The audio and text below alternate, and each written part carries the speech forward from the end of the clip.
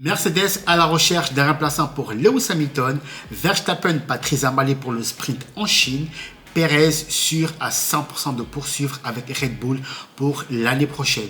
Ce sont les points F1 que nous allons aborder aujourd'hui. Bonjour à tous et bienvenue dans cette nouvelle vidéo. J'espère que tout le monde va bien. Quant à moi, je vais très bien. Pour les amoureux de la Formule 1, vous êtes au bon endroit et pour les autres, restez avec nous. Je suis sûr que vous allez aimer le concept. Dans cette vidéo, nous allons parler des derniers news sur la Formule 1. Qu'est-ce qui se passe au sein des équipes, les dernières nouvelles qui sont sorties par-ci par-là, enfin bref, tout ce qui peut nous intéresser. Avant de poursuivre la vidéo, les gars, il faut qu'on parle. Vous êtes nombreux à nous regarder, mais peu s'abonnent. Abonnez-vous et donnez-nous de la force.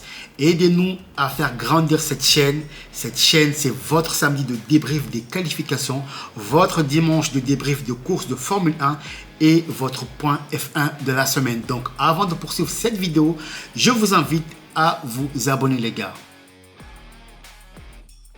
C'était l'annonce et le transfert du siècle. Avant même que la saison ne commence, on apprenait qu'à la saison prochaine, Lewis Hamilton rejoindrait Ferrari, ce qui laisse une place vacante chez Mercedes. Par la même occasion, Sainz se retrouve sans écurie. Selon quelques sources, Sainz serait sur le point de signer chez Mercedes.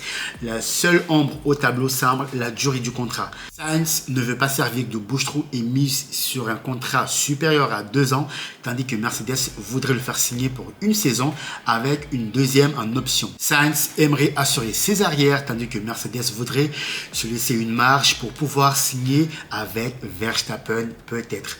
Rappelons tout de même que Sainz commence bien la saison et ne devrait pas avoir du mal à trouver une écurie. L'écurie Mercedes, quant à elle, fait beaucoup parler d'elle.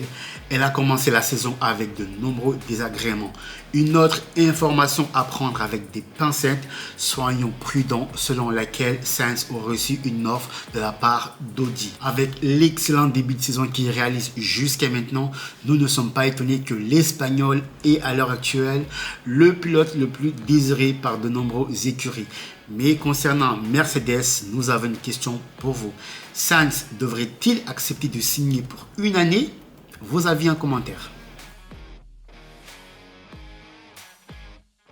Verstappen ironise sur le choix de la Chine pour le sprint. Rappelons que la Chine n'a pas été courue depuis 2019. C'est donc le grand retour du Grand Prix de Chine cette année.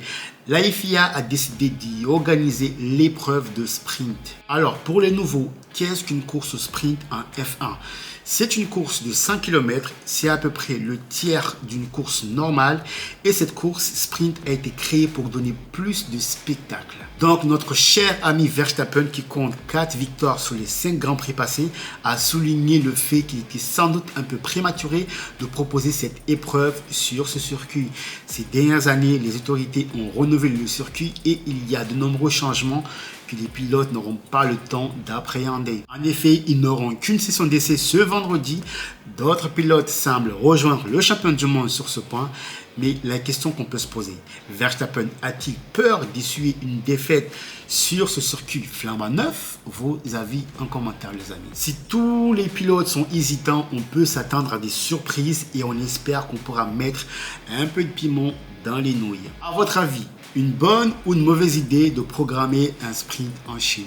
Vos avis toujours en commentaire, les amis. Perez certain de poursuivre l'aventure avec Red Bull pour l'année prochaine.